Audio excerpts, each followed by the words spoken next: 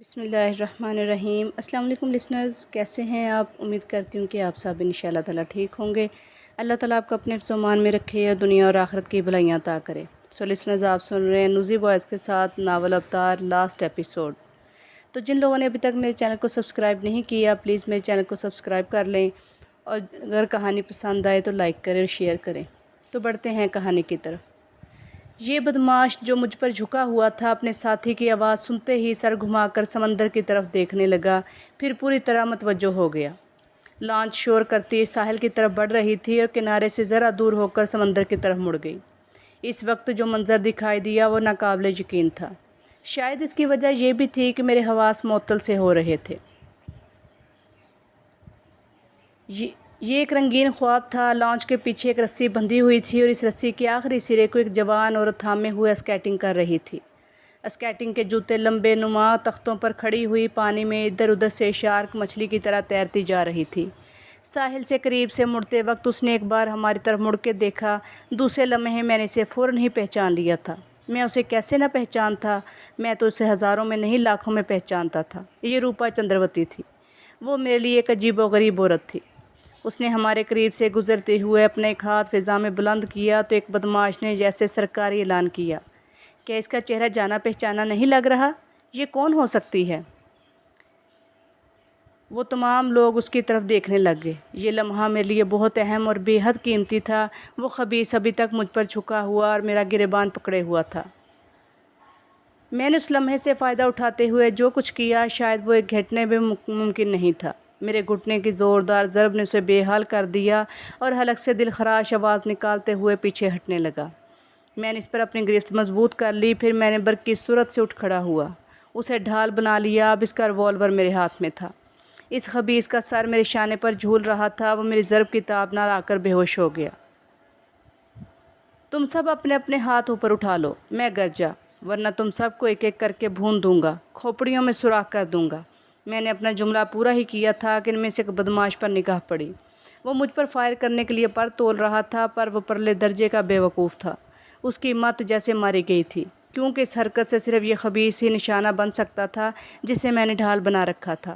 تاہم میں نے اسے موقع نہیں دیا، اس پر فائر جھونک دیا۔ پھر وہ 3-4 قدم لڑکھڑاتا ہوا گیا، کٹے ہوئے درخت کی طرح نیچے گرا، پھر اس نے دم توڑ دیا۔ اس کی موت نے اس کے ساتھیوں کو خوف زدہ کر دیا۔ انہوں نے اپنے اپنے ریوالور پھینک کر ہاتھ اوپر اٹھا لیے۔ شاباش، تم لوگ واقعی بہت ہی سمجھدار ہو، اپنی جگہ سے ہلنا نا۔ میں نے انہیں وارننگ دی، ورنہ اڑا دوں گا۔ میں ان کے خبیث سرغنہ کو گھسیٹتا ہوا سمندر کے پانی میں لے گیا، پھر تحکمانہ لہجے میں چیخ کر ان بدماشوں سے کہا، اگر تم لوگ زندہ رہنے چاہتے ہو، اپنی زندگی عزیز ہے تو بھاگ جاؤ، کہیں ایسا نہ ہو کہ میں اپنا ارادہ بدل دوں۔ وہ بھاگنے کے لیے پر تول رہے تھے، ویسے انہیں امید نہیں تھی کہ میں انہیں معاف کر دوں گا۔ وہ اپنی زندگی سے نا امید ہو چکے تھے، ان کے چہروں پر موت کی زردی چھائی ہوئی تھی۔ میرا حکم سنتے ہی سر پر پیر رکھ کر بھاگے۔ وہ مختلف سمتوں کی طرف اندھا دھند جا رہے تھے۔ میں نے اس خبیث کو پانی میں چھوڑ دیا، پھر میں لانچ کی طرف تیزی سے تیرنے لگا، پھر وہ لانچ مڑ کے تیزی سے میری طرف آنے لگی۔ چند لمحوں کے بعد لانچ قریب آ کر رک گئی اور میں روپا چندروتی کے پاس پہنچ گیا۔ تمہیں یہ نادر تدبیر کیسے سوجی؟ میں نے اس کی آنکھوں میں جھانکتے ہوئے پوچھا۔ مجھے ابھی تک چین نہیں آیا، ایسے لگ رہا ہے جیسے کوئی سپنا دیکھ رہا ہوں۔ جس وقت تم موٹر بوٹ پر روانہ ہوئے میں واپس نہیں گئی تھی، ڈوک پر کھڑی ہوئی تھی۔ تمہیں اس وقت تک دیکھتی رہی جب تک تم نظروں سے اوجھل نہیں ہو گئے۔ میں تمہاری سلامتی اور کامیابی کے لیے دل میں بھگوان سے پرارتھنا کرتی رہی۔ پھر میں نے سوچا کہ واپس جا کر کیا کروں، کیوں نہ تمہارا انتظار کروں۔ تھوڑی دیر کے بعد 6 آدمی ڈوک پر آئے۔ وہ اپنی وضاحت اور چہرے مہروں سے چھٹے ہوئے گنڈے اور بدماش لگ رہے تھے۔ ان کا سرغنہ ایسی خوفناک شکل کا تھا کہ میرے سارے بدن میں جھرجھری سی آ گئی۔ تم نے مجھے جو کچھ بتایا تھا، اس سے اور ان کے اشارے کنایوں اور گفتگو سے میں نے اندازہ کر لیا کہ معاملہ کچھ گمبھیر ہے۔ مجھے ان کا ایک انجانا سا خوف محسوس ہوا۔ معاملہ بہت سنگین، نازک اور خطرناک نوعیت کا ہے۔ میں نے ہر قیمت پر تمہاری مدد کرنے کا فیصلہ کر لیا۔ یہ اتم کمار کی لانچ ہے، ہم ایک دوسرے کے دوست ہیں۔ پھر میں نکل پڑی۔ میں سوچنے لگی کہ تمہاری کس طرح مدد کی جائے۔ میں نے اس جزیرے پر 3 موٹر بوٹیں دیکھی جس میں یہ بدماش سوار ہو کر گل آئی لینڈ کی طرف جا رہے تھے۔ میرا ماتھا ٹھنکا، مجھے فوراً ہی اسکیٹنگ کا خیال آ گیا۔ میں تمہاری ذہانت پر جتنا بھی اشش کروں اور اس کی جتنی تعریف بھی کروں کم ہے، میں نے ممنونیت بھرے لہجے میں کہا۔ تم میرے لیے دیوی ہو، یہ تعریف تو تم میرے ہاں چل کر بھی کر سکتے ہو، وہ بولی۔ اچھا یہ بتاؤ، کیا تمہیں دستاویزات مل گئیں جس کے لیے تم نے جان کی بازی لگائی تھی؟ نہیں، ابھی وہ میری ملکیت میں نہیں، میں نے اس کے بالوں کو ہٹاتے ہوئے کہا۔ اس ایک لمحے میں میرے ذہن میں بجلی کی طرح خیال آیا کہ میرے آنے کے بعد وہ بدماش پھر سے دستاویزات کی تلاش کریں گے، شاید وہ سیاہ باکس تلاش کرنے میں کامیاب بھی ہو جائیں۔ مجھ سے ایک غلطی سرزد ہو گئی تھی، مجھے ان بدماشوں کو موٹر بوٹ میں سوار کروا کر بھیج دینا تھا۔ اب کوتاہی پر پچھتانے کا یہ وقت نہیں تھا، ایک ایک لمحہ قیمتی تھا۔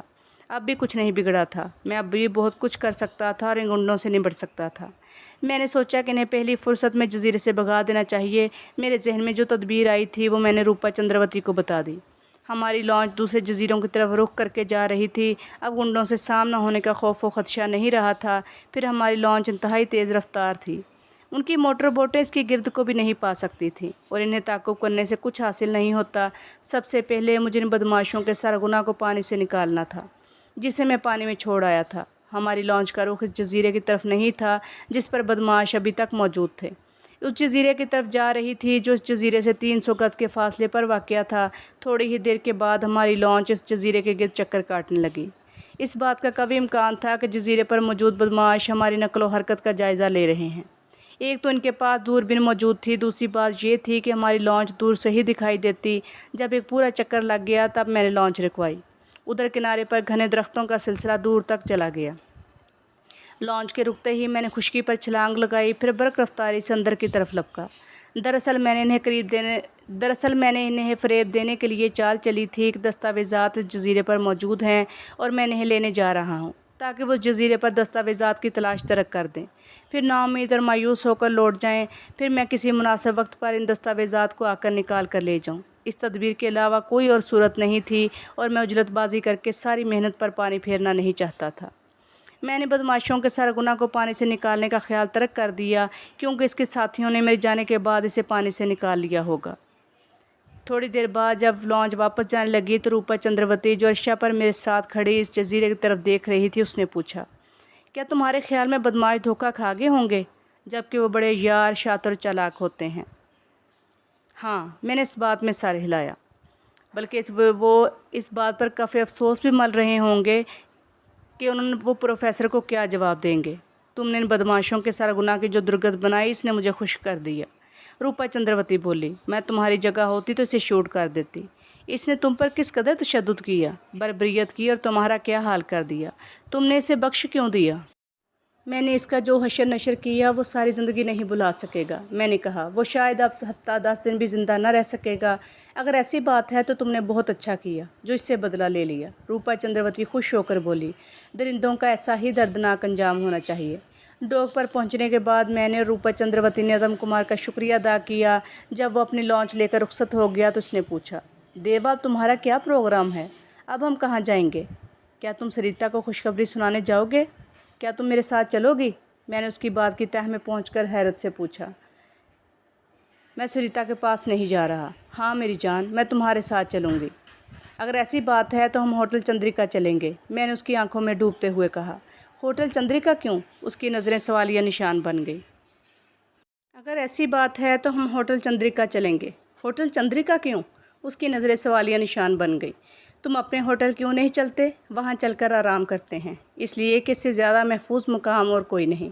میں نے اسے بتایا، یہ اس شہر کے غیر معروف علاقے میں ہے اور مجھے ابھی پروفیسر نارنگ کے لوگوں کی نظروں سے بچ کر رہنا ہے۔ وہ خونخوار شکاری کتوں کی طرح مجھے تلاش کر رہے ہوں گے۔ روپا چندراوتی کی گاڑی چونکہ دوسرے ڈوک پر پارک تھی، وہ یہاں سے خاصے فاصلے پر تھی، اس لیے ہمیں ایک ٹیکسی کرنی پڑی۔ ہم ہوٹل چندریکا سے نصف فرلانگ پہلے ہی اتر گئے۔ چلتے چلتے کچھ 6-7 دکانوں میں ہم داخل ہوئے تھے کیونکہ مجھے فوری طور پر کچھ اشیاء کی سخت ضرورت تھی۔ مجھے ایک نقلی سیاہ باکس تیار کرنا تھا جو پونم کے باکس سے ملتا جلتا ہو۔ اس طرح ایک باکس ایک کباڑیے کی دکان پر مل گیا۔ اتفاق سے ہو بہو اس طرح اور سائز کا بھی تھا اور بہت اچھی حالت میں بھی تھا۔ اس کا مالک بہت بوڑھا تھا اور اس کی بنائی بہت کمزور تھی۔ پھر دوسری دکانوں سے سیلنگ، لاکھ، موم اور کچھ کاغذات حاصل کیے، پھر ہوٹل کی طرف چل دیے۔ ہوٹل پہنچ کر میں نے ڈیسک کاؤنٹر سے کمرہ نمبر 10 کی چابی لی اور کمرے میں داخل ہوا۔ ایک شخص ریوالور تھامے ہمارا منتظر تھا۔ روپا چندراوتی خوفزدہ ہو کر میرے ساتھ چپک گئی، پھر وہ مرتعش آواز میں بولی، یہ بن بلایا مہمان یہاں کیا کر رہا ہے؟ میں نے اس کی کمر تھپتھپائی۔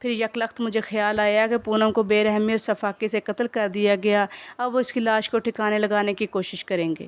جب وہ اس کے ہاتھ میں انگوٹھی نہیں دیکھیں گے تو انہیں شک ہو جائے گا کہ اس کی موت کے بعد اس کے ہاتھ سے انگوٹھی اتار لی گئی، پھر بنا بنایا سارا کھیل بگڑ جائے گا۔ اب مجھے کوئی نہ کوئی تدبیر فوری طور پر کرنی تھی۔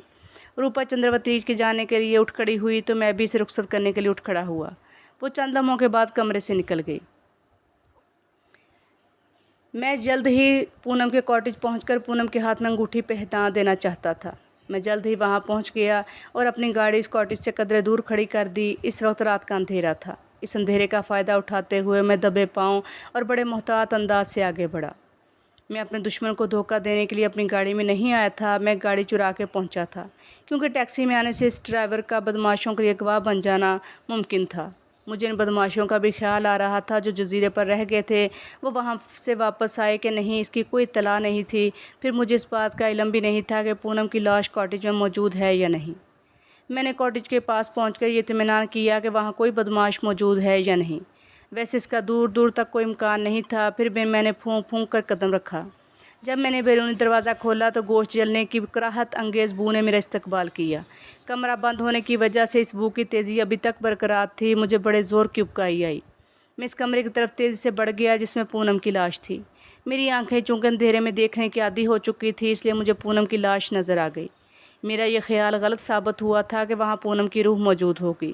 پونم کی لاش موجود تھی۔ پھر میں نے جلدی سے انگوٹھی والے ہاتھ کی سنگلی میں جس سے میں نے انگوٹھی اتاری تھی انگوٹھی پہنا دی۔ تب مجھے ایسا محسوس ہوا کہ میرے سر سے منو بوجھ اتر گیا اور میرے اعصاب ہلکے ہو گئے۔ میں کمرے سے باہر نکلنے ہی والا تھا کہ چاپیں سنیں جو بیرونی دروازے کے باہر سنائی دے رہی تھیں۔ اب میرے لیے پونم کے پلنگ کے نیچے چھپنے کے سوا کوئی چارہ نہ تھا۔ میرے لیے موقع نہیں رہا کہ میں کسی دوسرے کمرے میں جا کر چھپ جاؤں۔ مجھے حیرت اس بات کی تھی کہ یہ لوگ کیسے وارد ہو گئے، کیونکہ نہ تو مجھے گاڑی کی آواز سنائی دی نہ ہی کوئی روشنی نظر آئی۔ ایک آواز کمرے کے سکوت میں گونجی، یار جلدی سے روشنی کر دو۔ نہ جانے کیوں مجھے ہول سا آ رہا ہے، دل بیٹھا جا رہا ہے۔ میں نے دل میں سوچا کہ آخر یہ بھی انسان ہے۔ دوسرے لمحے روشنی ہو گئی، مجھے صرف چار پاؤں دکھائی دیے، شاید ان کے اور ساتھی باہر موجود ہوں۔ وہ کمرے میں آ کر پونم کی لاش کو چادر میں لپیٹ کر لے گئے۔ یہ چادر وہ اپنے ساتھ لائے تھے۔ میں نے پلنگ کے نیچے سے نکلنے میں جرأت نہیں دکھائی، اس لیے بھی کہ انہوں نے کمرے سے نکلتے وقت روشنی گل نہیں کی تھی۔ کوئی 4-5 منٹ کے بعد میں نے گاڑی کے سٹارٹ ہونے کی آواز سنی تو باہر نکل آیا۔ پھر کاٹیج سے نکل کر میں نے ادھر ادھر دیکھا، شاید کوئی بدمعاش موجود ہو۔ احتیاط لازم تھا۔ پہلے تو سوچا کہ سریتا کے پاس جاؤں، اسے خوشخبری سناؤں کہ اب وہ آزاد ہو چکی ہے، اسے اپنے سفاک، ظالم، بے رحم اور خبیث پتی سے نجات مل چکی ہے۔ اسے ساری کہانی سناؤں کہ جیت نے پونم کو کس بربریت اور بےایمانہ طریقے سے قتل کیا، پھر کس طرح پونم کی روح نے اس سے انتقام لیا۔ لیکن اس لیے میں نے اس کی طرف جانے کا ارادہ ترک کر دیا۔ میں کاٹیج کے برآمدے سے نکل کر اپنی گاڑی کی طرف بڑھا۔ اسے میں نے کاٹیج کے سامنے کھڑا کیا تھا۔ اس کاٹیج میں روشنی ہو رہی تھی، وہ شک نہیں کر سکتے تھے۔ انہیں یہ تاثر ملتا کہ یہ گاڑی اس کی کاٹیج والے کی ہے۔ کاٹیج کے پورچ میں اور باہر کوئی گاڑی نہ تھی۔ اب میں خطرناک حد تک تیز رفتار سے گاڑی چلاتا ہوا جوکر یعنی ویٹر سے 2 ہاتھ کرنے جا رہا تھا۔ مجھے سریتا سے معلوم ہو چکا تھا کہ وہ پدما ہوٹل میں مقیم ہے۔ میرے سینے میں ویٹر سے جو انتقام لینے کی حسرت چل پڑی تھی وہ اس وقت آگ کی صورت میں بھڑک رہی تھی۔ اب وقت آ گیا تھا کہ اسے حساب بے باک کر کے سرزمین کو اس کے ناپاک وجود سے صاف کر دوں۔ وہ پروفیسر نارنگ جیسے ظالم جرائم پیشہ مافیا سے مل کر خون کی ہولی کھیل رہا تھا۔ میں نے ایک ویٹر کی مٹھی گرم کر کے ویٹر کے بارے میں معلوم کر لیا۔ وہ اس وقت کہیں جانے کے لیے تیار ہو رہا تھا۔ وہ اپنے کمرے میں موجود تھا۔ میں نے اس کے دروازے پر دستک دینے سے پہلے ریوالور کو مضبوطی سے پکڑ لیا تاکہ میں اس کے قابو میں نہ آؤں۔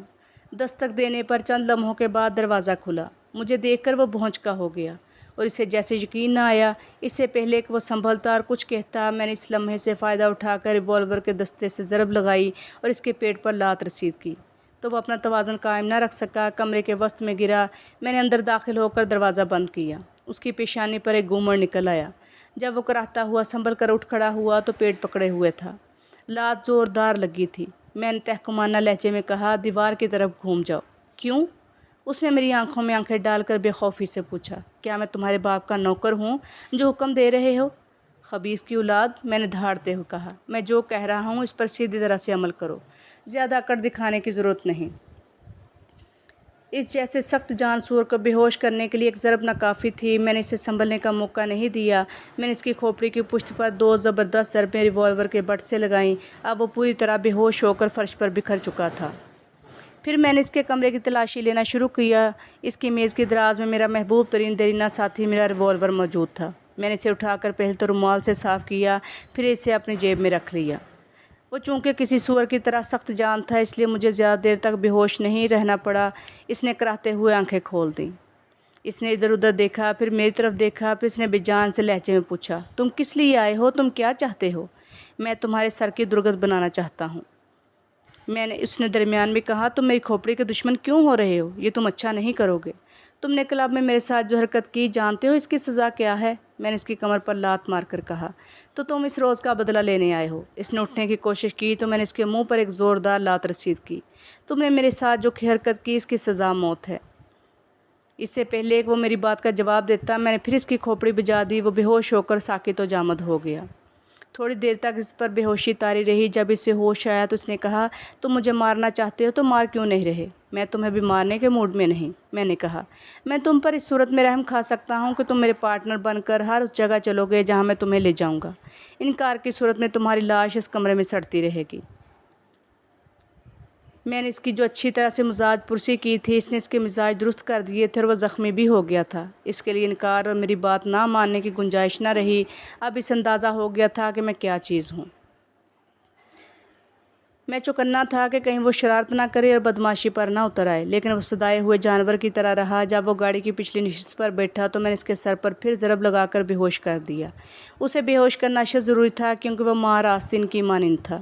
ہوٹل چندریکا میں نے بے ہوش ویٹر کو کھڑکی سے اپنے کمرے میں گرا دیا۔ اس کام کے لیے مجھے پورا زور صرف کرنا پڑا، چونکہ زندگی اور موت کا سوال تھا، اس لیے ہر قسم کی تکلیف اور مشقت کو سہ رہا تھا۔ اس نے ہوش میں آنے کے بعد پانی مانگا۔ میں نے پانی کی بجائے اسے گرم گرم کافی پلائی۔ پھر اس نے میرے پوچھنے پر قدر تفصیل سے بتایا۔ اس نے مجھے جو بتایا وہ یہ تھا کہ اس نے مجھ سے کاٹیج کے باہر لڑائی کے بعد پروفیسر نارنگ کو ٹیلی فون کر کے بتایا۔ پروفیسر نارنگ نے نہ صرف اسے بلکہ اپنے آدمیوں سے بھی میری نگرانی کے لیے کہہ دیا۔ اس نے 6 عدد گنڈوں کو اجیت کی حفاظت کے لیے گل آئی لینڈ کے جزیرے پر بھیجا۔ اس کا خیال تھا کہ میں ایک عام قسم کا جاسوس ہوں، اجیت مجھ سے بآسانی نبٹ لے گا۔ پھر اس نے ویٹر سے رابطہ کر کے ان لوگوں کے بارے میں دریافت کیا۔ ویٹر چونکہ لا علم تھا، اس لیے اس نے پروفیسر نارنگ کو بتا دیا کہ اسے ان لوگوں کے بارے میں کوئی علم نہیں۔ پھر پروفیسر نارنگ نے آخری ہدایت یہ دی کہ وہ 1 گھنٹہ تک نہیں لوٹیں تو وہ خود جا کر ان کے بارے میں معلوم کرے اور اسے رپورٹ کرے۔ میں نے ویٹر سے پروفیسر نارنگ کو اس لیے ٹیلی فون کرایا تھا کہ وہ جان لے کے کاغذات دیوا کمار کے پاس ہیں تاکہ وہ اپنے آدمیوں کو جزیرے سے واپس بلا لے، پھر وہ دستاویزات مجھ سے چھیننے کے لیے اپنے آدمیوں کو روانہ کر دے۔ اس طرح اصل دستاویزات ان کے ہاتھ لگنے سے محفوظ رہیں گی۔ دراصل مجھے ایک خوف دامن گیر تھا کہ ان کی تلاش سے اتفاق کیا اصل دستاویزات ہاتھ نہ لگ جائیں۔ پھر میں نے 1 گھنٹے کے بعد ویٹر سے کہا وہ پروفیسر نارنگ کو ٹیلی فون کر کے کہے کہ اس کا ٹکراؤ ساحل پر دیوا کمار سے ہو گیا تھا۔ اس کے ہمراہ ایک حسین لڑکی تھی، وہ اس کے ساتھ دستاویزات حاصل کرنے کی خوشی میں جشن منا رہا تھا۔ اس کے پاس دستاویزات بھی تھی جو ایک سیاہ باکس میں تھی۔ اس نے دیوا سے گن پوائنٹ پر دستاویزات چھین لی، مگر وہ ان دستاویزات کو حاصل کرنا چاہتا ہے تو $1,00,000 دے۔ وہ پروفیسر نارنگ کو ہرگز نہ بتائے کہ وہ کہاں سے بول رہا ہے۔ ویٹر نے میری ہدایت پر بہت اچھی طرح سے عمل کیا۔ اس نے بڑی سمجھداری سے بات کی، لیکن پروفیسر نارنگ اپنے زر خرید غلام سے کاروباری بات سن کر بہت بری طرح چراغ پا ہو گیا۔ پھر دوسرے لمحے کچھ سوچ کر ایک دم سے ٹھنڈا ہو گیا۔ پھر اس نے ویٹر سے کہا کہ وہ کچھ سوچ کر جواب دے گا۔ اس سے کہا کہ وہ 1 گھنٹے بعد ٹیلی فون کرے تاکہ وہ کوئی فیصلہ کر سکے۔ پروفیسر نارنگ کا چراغ پا ہو جانا فطری امر تھا، ہماری بلی ہم سے میاؤں۔ بہرحال اس نے تدبر سے کام لیا تھا، اس لیے کہ وہ دستاویزات اس کے لیے کس قدر قیمتی ہیں وہ جانتا تھا۔ ویٹر کے چہرے پر گہرا استجاب تھا۔ وہ یہ بات سمجھنے سے قاصر تھا کہ میں کس لیے پروفیسر نارنگ کے ساتھ یہ کھیل کھیل رہا ہوں۔ ویسے وہ یہ سمجھ رہا تھا کہ میں پروفیسر نارنگ سے مذاق کر رہا ہوں۔ اس میں اتنی عقل کہاں تھی کہ وہ میرے منصوبے کی تہہ میں پہنچ سکے۔ میں نے اس کے لیے وسکی کی بوتل منگوائی، اس کا پیک بنا کر اس کے سامنے رکھ دیا، بوتل اس لیے کہ وہ پیتا رہے۔ پھر میں نے اس سے کہا، تم جوکر یا جونی جو بھی ہو یہاں بیٹھے رہو، میں ہوٹل کے کلرک سے مل کر آ رہا ہوں، مجھے ٹیلی فون اور پیغامات کے بارے میں معلوم کرنا ہے۔ پھر میں نے نیچے جا کر ٹیلی فون بوتھ سے پروفیسر نارنگ کو فون کیا۔ اس کے آدمی نے کہا کہ چند منٹ صبر کرو۔ پھر پروفیسر نارنگ سے رابطہ ہو گیا۔ میں نے اس سے کہا، پروفیسر نارنگ،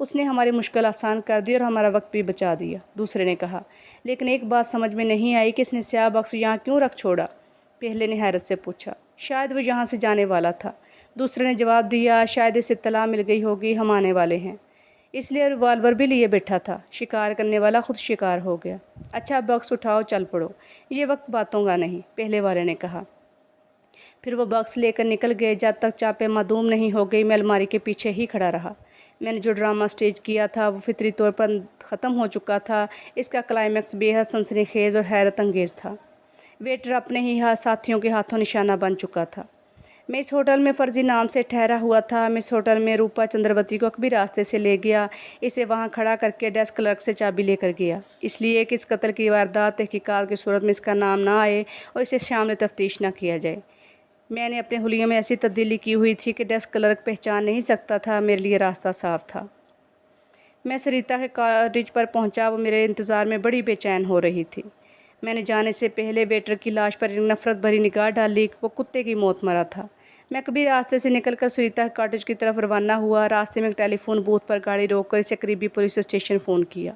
میں نے انہیں بتایا کہ ویٹر جس کا نام جونی اور جوکر بھی تھا، اس کی لاش ہوٹل چندریکا کے کمرہ نمبر 10 میں پڑی۔ اسے اس کے ساتھیوں نے کم تنازع پر قتل کیا ہے، جو وہ کسی گھر پر ڈاکہ مار کر لائے تھے۔ یہ کمرہ سری ناتھ مسافر کا تھا۔ ان لوگوں نے اسے بھی ٹھکانے لگا کر اس کی لاش کسی ویرانے گھڑے میں دفن کر دی ہے۔ اس واردات کو صرف 20 منٹ ہوئے تھے۔ سریتا مجھ سے بولی، دیوا، وہ پرمسرت لہجے میں بولی، تمہیں خوشخبری سناؤں؟ میں بیوہ ہو چکی ہوں، میں آزاد ہو گئی ہوں۔ تم آزاد ہو گئی ہو، بڑی خوشی ہوئی، میں نے کہا۔ پھر میں نے جان بھر کر اسے پوچھا، اتنی بڑی خوشخبری تمہیں کس نے سنائی؟ اجیت کے ایک ساتھی نے فون کر کے بتایا، وہ فرتے خوشی سے بولی۔ مجھے کچھ دیر تک اپنی سماعت پر یقین نہیں آیا۔ اس کے ساتھی نے مجھے صرف اتنا بتایا کہ اجیت کو کس نے قتل کر دیا۔ پونم نے، میں نے کہا۔ میری نظروں میں پونم کی جلی لاش، اس کی روح گم گئی، میرا سینہ کٹ گیا۔ پونم نے؟ اس کے چہرے پر تحیر سا چھا گیا۔ وہ کیسے؟ اجیت نے تو اس کے کاٹیج میں آگ لگا دی تھی، وہ بھی جل گئی تھی۔ پھر میں نے شروع سے لے کر آخر تک اجیت کی عبرتناک موت کا واقعہ تفصیل سے سنا دیا۔ وہ سن کر ششدر سی رہ گئی۔ اس کی دردناک موت کا مجھے بہت افسوس ہے، میں نے کہا۔ مجھے پہنچنے میں دیر ہو گئی اور اجیت اور اسے موت سے نہ بچا سکا۔ اجیت کی موت کی خبر سن کر، بیوہ ہو جانے پر، ایک اور شیطان کے پنجے سے آزاد ہونے پر، اس پر جو سرشاری طاری تھی، مجھے دیکھ کر اور موجود ہو گئی۔ اس پہ شادی مرگ کی جو کیفیت طاری تھی وہ انتہائی حیرت انگیز تھی۔ اجیت نے مرنے سے قبل اپنی جان بخشی کے لیے مجھ سے کہا تھا کہ تم نہ صرف سریتا کو لے لو بلکہ میری دولت بھی، جو کاٹیج میں موجود ہے۔ کہ اس نے اپنی دولت کاٹیج میں رکھی ہے؟ ہاں ہے تو، لیکن کتنی ہے میں نہیں جانتی۔ کتنی ہوگی؟ اس نے جواب دیا، شاید تجوری میں ہے، نہیں بھی ہو سکتی۔ تجوری کوڈ نمبر سے ہی کھل سکتی ہے، لیکن میں یہ نمبر نہیں جانتی۔ میرے لیے تجوری کا کھولنا مشکل نہ تھا۔ میں نے جو اجیت کا ذہن پڑھ لیا تھا، اس میں کوڈ نمبر بھی تھا۔ میں نے جب تجوری کھولی تو ہم دونوں اچھل پڑے۔ ہمیں یقین نہ آیا۔ ہم بھونچکا ہو کر ایک دوسرے کو اور تجوری کے خانوں کو دیکھنے لگے۔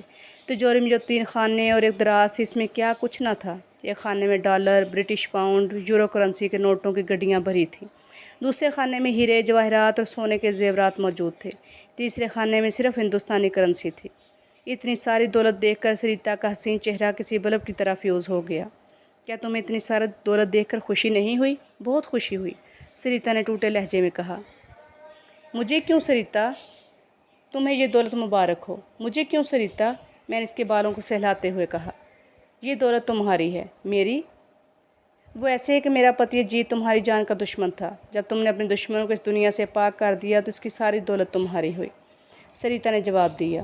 یہ جنگ 2 ملکوں کے درمیان نہیں بلکہ 2 آدمیوں کے درمیان تھی۔ میں نے اس کی آنکھوں میں جھانکا۔ یہ ساری دولت تمہاری اپنی ہے، میری نہیں۔ کیا؟ اس کی حیرت 2 چند ہو گئی۔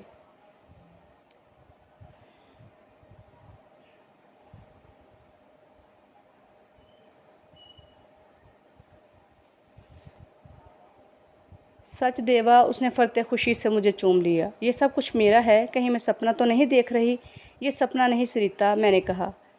تم نے اب تک جو تکلیفیں اپنے پتی کی وجہ سے اٹھائیں، یہ سب ان صبر کا پھل ہے۔ میں تمہارا یہ احسان ساری زندگی نہیں بھولوں گی دیوا۔ مجھے انسان ہی رہنے دو، دیوتا نہ بناؤ۔ میں تمہاری فیس کیا دوں دیوا؟ نہیں، مجھے فیس نہیں چاہیے۔ سریتا نے تجوری میں سے $10,000 نکال کر مجھے دے دیے۔ پھر میں نے اور سریتا نے غیر ملکی اور ہندوستانی کرنسی کے نوٹ نکال کر میز پر رکھے۔ میں نے اس کی ساری رقم اور زیورات ایک بہت بڑے بریف کیس میں رکھ دیے۔ پھر میں نے اس سے کہا کہ اب تم بمبئی جا کر کیا کرو گی؟ میں تمہیں اپنے ساتھ لے جاؤں گی، وہاں میرا ایک اپنا چھوٹا اور خوبصورت فلیٹ ہے، تم سے شادی کر کے اسے بسا لوں گی۔ وہ شوخی سے بولی، آئی ایم سوری بیبی۔ میں نے اس کی آنکھوں میں آنکھیں ڈال کر کہا، میں نہ تم سے شادی کر سکتا ہوں، نہ ہی اپنا گھر بساؤں گا۔ وہ کس لیے؟ اس کے چہرے پر ایک گھٹا سی چھا گئی۔ تم شاید روپا چندراوتی کے ساتھ شادی کر کے گھر بساؤ گے۔ اس لیے کہ میں شادی کا قائل ہی نہیں، کیونکہ ابھی اس کا وقت نہیں آیا۔ روپا چندراوتی بھی مجھ سے محبت کرنے لگی ہے۔ دراصل ماضی میں نے اسے بہت بڑی مصیبت سے نجات دلائی تھی۔ اب تم بمبئی جا کر ایک اچھی زندگی گزارو، گھر بسا لو۔ تم ٹھیک کہتے ہو دیوا، وہ بولی، لیکن میں شادی کس سے کروں؟ دیپک سے؟ سریتا بڑے زور سے چونکی، اس کی آنکھیں حیرت سے پھیل گئیں۔ تم اس کے بارے میں کیسے جانتے ہو؟ مجھے ابھی اس کا خیال آیا تھا۔ بعض سوال ایسے ہوتے ہیں جن کا جواب نہیں ہوتا۔ روانگی سے قبل سریتا اور میں نے زبردست جشن منایا۔ جانے سے پہلے میں نے تجوری میں کارڈ کبار بھر کے اسے صاحب کا کوڈ نمبر سے مقفل کر دیا۔ اس بات کا امکان تھا کہ اس کے ساتھی دولت کے چکر میں اس کے لیے تجوری سے پیسہ لینے آئیں گے۔ جب میں اور سریتا ایئرپورٹ جانے کے لیے نکلے تب ہم نے انہیں گاڑی میں جیت کے کاٹیج کی طرف تیزی سے جاتے دیکھا تھا۔ اس میں 7 عدد بدماش بیٹھے ہوئے تھے۔ میں سریتا کو رخصت کر کے جزیرے پر گیا اور سیاہ صندوقچہ لے آیا جس میں اصل دستاویزات محفوظ تھیں۔ میں نے ایجنٹ سے باقی رقم وصول کر کے یہ صندوقچہ اس کے حوالے کر دیا۔ ایک مشن ختم ہو گیا۔ پروفیسر نارنگ کی دوسرے دن کسی نامعلوم ملک کی طرف روانگی تھی۔ اس نے ابھی فیصلہ نہیں کیا تھا کہ اسے کس ملک جانا ہے۔ وہ جعلی دستاویزات سے خوش اور مطمئن ہو گیا تھا۔ دوسرے دن جب اس کا جہاز روانہ ہوا تو اس میں ملاح سے لے کر کپتان تک قاتل اور درندہ صفت موجود تھے جن سے انسانیت کو خطرہ لاحق تھا۔ جہاز چنائی کی بندرگاہ سے 10 کلومیٹر پر تھا کہ اس جہاز میں 3 زبردست دھماکے یکے بعد دیگرے ہوئے۔ جہاز کے پرخچے اڑ گئے۔ اس میں سے ایک بدماش بھی نہ بچا۔ نہ صرف لوگ بلکہ پولیس بھی حیران تھی کہ یہ کس کا کارنامہ تھا، کس نے انسانیت پر احسان عظیم کیا تھا۔ لوگ پروفیسر نارنگ اور اس کے تمام گروہ کے بدماش مر جانے پر، دنیا سے نیست و نابود ہو جانے پر لوگوں نے سکھ چین کا سانس لیا۔ پولیس نے بھی زیادہ دلچسپی اس لیے نہیں دکھائی تھی کہ خاص کام جہاں پاک پروفیسر نارنگ اور اس کے ساتھیوں کو جو سزا ملی تھی وہ ضروری بھی تھی۔ میں نے کسی کو نہیں بتایا تھا کہ میں نے یہ کارنامہ کس طرح انجام دیا، روپا چندراوتی کو بھی نہیں۔ اسے اعتماد میں لینے سے کچھ حاصل نہ تھا۔ یوں بھی اسے زیر زمین دنیا سے کوئی دلچسپی نہ تھی۔ صرف ایک شخص ہمراز تھا، بااعتماد تھا، جس کی مدد و تعاون اور منصوبے سے کامیابی نصیب ہوئی تھی۔ سریتا نے مجھے $5000 مزید دیے تھے کہ میں پروفیسر نارنگ اور اس کے جہاز اور گروہ کو ختم کر دوں۔ میں نے یہ ساری رقم لکھنؤ عوامی کو دے دی تھی تاکہ وہ جرائم کی دنیا سے نکل کر باعزت زندگی گزار سکے۔ اس نے یہ کام بغیر کسی غرض اور لالچ کے کیا تھا۔ لسنر، یہ تھی لاسٹ ایپیسوڈ۔ مجھے امید ہے یہ ناول آپ کو اچھا لگا ہوگا۔ ناول کیسا لگا کمنٹس میں لازمی بتائیے گا۔ کہانی سننے کے لیے شکریہ، دعا میں یاد رکھیے گا۔ اللہ حافظ۔